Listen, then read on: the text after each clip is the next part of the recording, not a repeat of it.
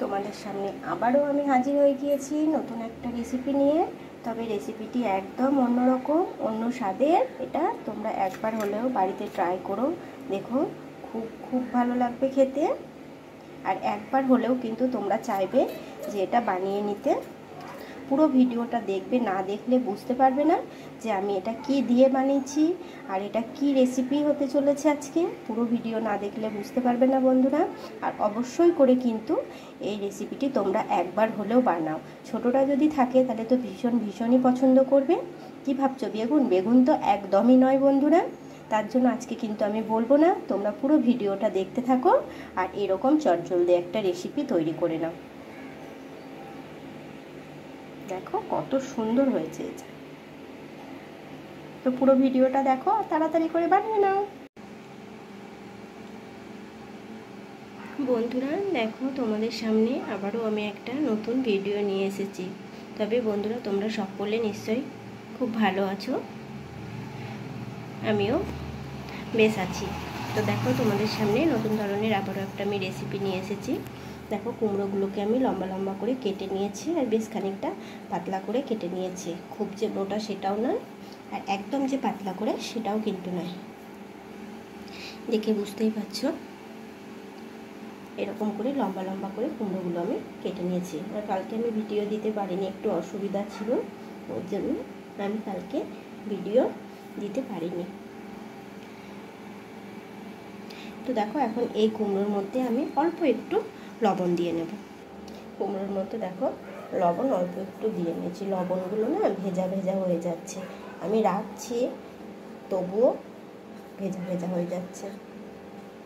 দেখো এইভাবে লবণগুলোকে একটু ভালোভাবে মাখিয়ে নিতে হবে।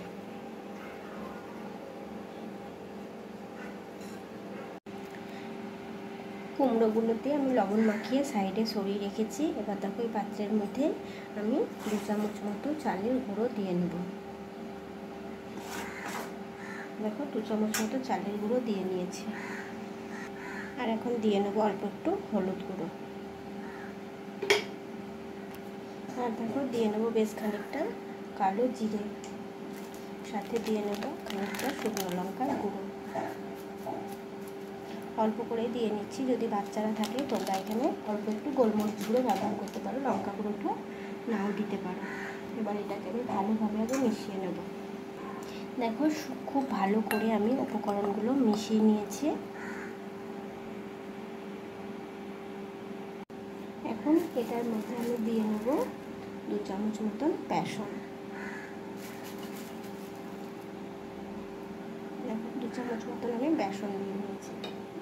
আর এটার মধ্যে আমি দিয়ে নেব অল্প একটু লবণ। লবণটা কিন্তু বেশি দেবে না, অল্প করেই দেবে, যেহেতু কুমড়োতে অল্প একটু লবণ আমি দিয়ে নিয়েছিলাম। এবার এটাকে আবারও আমি ভালোভাবে মিশিয়ে নেব।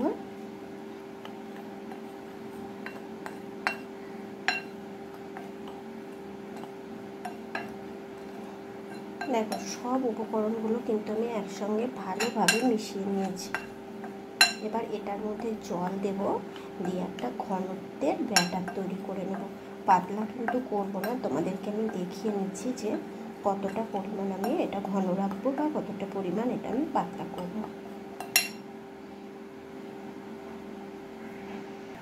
দেখো ঠিক এরকম টাইপের ঘনত্বটা রেখে দেবে তোমরা।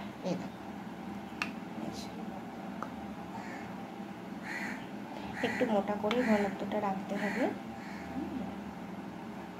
বুঝতে পারছো তোমরা? ঠিক এইভাবে রেখে দেবে। আর তোমরা বুঝতেও পারছো না যে শুধু মিষ্টি কুমড়ো দিয়ে মুখরোচক চটপাটা একটা বিকালের তোমাদের রেসিপি হতে চলেছে। এটা সন্ধে হোক বিকালে হোক কোনো কিছু যদি তোমাদের খেতে ইচ্ছে করে তেলে ভাজা, তো তোমরা কিন্তু এই রেসিপিটি একবার অবশ্যই করে বাড়িতে বানাবে। দেখবে সত্যি বলছি চট করে আর তেলে ভাজার দোকানে যাওয়ার প্রয়োজন হবে না। যাবে না কেন, অন্য কিছু খেতে ইচ্ছে হলে তখন যাবে, কিন্তু এটাও একবার ট্রাই করো, দেখো আমি বলছি ভীষণ ভালো লাগে খেতে। এদিকে আমি একটা ফ্রাই প্যান বসিয়ে নিয়েছি। যেহেতু কুমড়োগুলো আমি লম্বা লম্বা করে কেটে নিয়েছি, এটা কিন্তু লম্বা লম্বা করে কাটলেই বেশি ভালো হয়, ওর জন্য যাতে দিতে সুবিধা হয় ওর জন্য আমি এরকম একটা ফ্রাই প্যান বসিয়ে নিয়েছি। তোমরা চাইলে কড়াইয়ে করে নিতে পারো, কোনো অসুবিধা নেই। তেলও দিয়ে নিয়েছি, তেলটা বেশ খানিকটা গরম হয়ে এসেছে। আর এদিকে আমি যে ব্যাটারটা রেডি করে রেখেছিলাম, দেখো ব্যাটারটা এই যে। তোমরা চাইলে এখানে আমি যেহেতু 2 চামচ করে দিয়ে নিয়েছি, তোমাদের কাছে যদি কুমড়োটা তোমরা বেশি একটু করবে ভাববে, আরও কয়েকটা বেশি নেবে, তাহলে কিন্তু তোমরা এখানে ব্যাটারের ভাগটাও একটু বেশি বেশি করে নিয়ে ব্যাটারটাকে গুলে নেবে। চালের গুঁড়ো, তারপরে হচ্ছে বেসন, এগুলো দিয়ে নিয়ে ব্যাটারের ঘনত্ব সেটাও একটু বেশি করে নেবে। এই ব্যাটারের মধ্যে দেখো আমি একটা কুমড়ো দিয়ে নিয়েছি, আর কুমড়োটার গায়ে ব্যাটারটা ভালোভাবে আমি মাখিয়ে নিচ্ছি। ভালো করে মাখিয়ে নিয়েছি, এবার দেখো আমি তেলের উপরে দিয়ে নিলাম। এইভাবে আমি কয়েকটা একইভাবে দিয়ে নেব।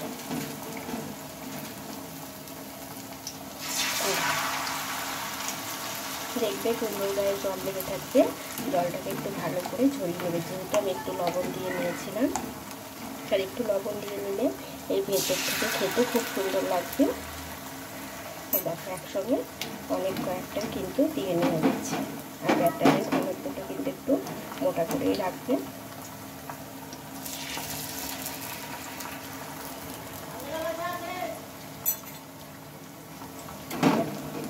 কয়েকটা কিন্তু একসঙ্গে দিয়ে নেওয়া যাচ্ছে।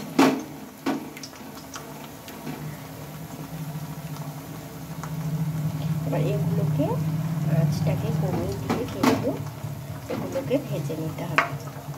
উল্টে পাল্টে এগুলোকে বারবার করে উল্টে পাল্টে এগুলো ভেজে নিতে হবে। ভাতটা এখন দেখতে কত সুন্দর লাগছে। মিষ্টি কুমড়ো দিয়ে এরকম ধরনের একটা রেসিপি হয়, সত্যি বলছি ভীষণ ভীষণ ভালো। এগুলো কিন্তু এক সাইডটা আমি উল্টে নিয়েছি, দেখো আবারও আরেক সাইডটা আমি ঠিক উল্টে নিচ্ছি। এই যে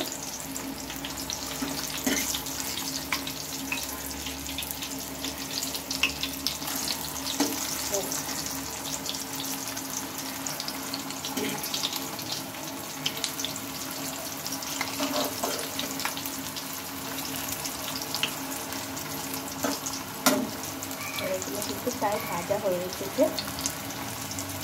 এগুলো ভাজা হয়ে গিয়েছে, এবার এগুলোকে আমি তুলে নেব। আর যেগুলো আছে সেগুলো ঠিক একইভাবে আমি ভেজে নেব। আবারও দেখো আমি কয়েকটা দিয়ে নিয়েছি, আর ঠিক একইভাবে এগুলোও কিন্তু আমি রেডি করে নিচ্ছি। দেখো দেখতে কত সুন্দর হচ্ছে, ভাজাটাও কিন্তু খুবই সুন্দর হচ্ছে। দেখো এই দিককার এটা কিন্তু প্রায় ভাজা হয়ে এসেছে, এবার এটাকে আমি তুলে নেব। দুই সাইডে কিন্তু ভালোভাবে ভাজা হয়ে গিয়েছে। এটা সাইজে একটু ছোট, কত সুন্দর ভাজা হয়েছে। ক্যামেরাটা আজকে আবার তো ডিস্টার্ব করছে না, সময় ক্ষেত্রে ভালো, তো সময় ক্ষেত্রে ডিস্টার্ব করবে।